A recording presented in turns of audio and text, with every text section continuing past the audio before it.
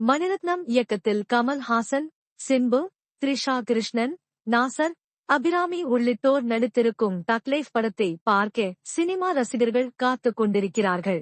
June 5ஆம் தேதி பிரமாண்டமாக ரிலீஸாகவிருக்கும் தக்லைஃப் படத்துக்கு மணிரத்னத்திற்கு ராசியான இசைப்புயல் ஆர்.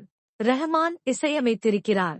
ரிலீஸுக்கு முன்பு படத்தை விளம்பரம் செய்ய கிளம்பிவிட்டார்கள் மணிரத்னம், கமல் ஹாசன். அவர்களுடன் சிம்பு, த்ரிஷா, அசோக் செல்வன், ஆர். ரஹ்மானும் விளம்பர நிகழ்ச்சிகள், செய்தியாளர்கள் சந்திப்புகளில் கலந்து கொண்டு வருகிறார்கள். இந்நிலையில் அவர் பியானோ கற்க ஆசைப்பட்டு அதை வாங்கி தன் அலுவலகத்தில் வைத்திருக்கிறாராம். கமலின் அலுவலகத்திற்கு சென்ற ஆர். ரஹ்மான் கண்ணில் அந்த பியானோ படவே, இதை எதுக்கு இங்கே வைத்திருக்கிறீர்கள் என கேட்டிருக்கிறார். கத்திக்கிறேன் என ரஹ்மானிடம் கூறியிருக்கிறார் கமல்.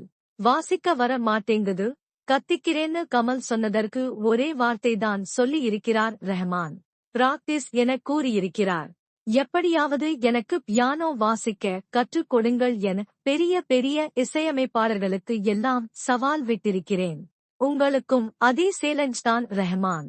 என்ன செய்யலாம்னு சொல்லுங்கள் என கேட்டேன்.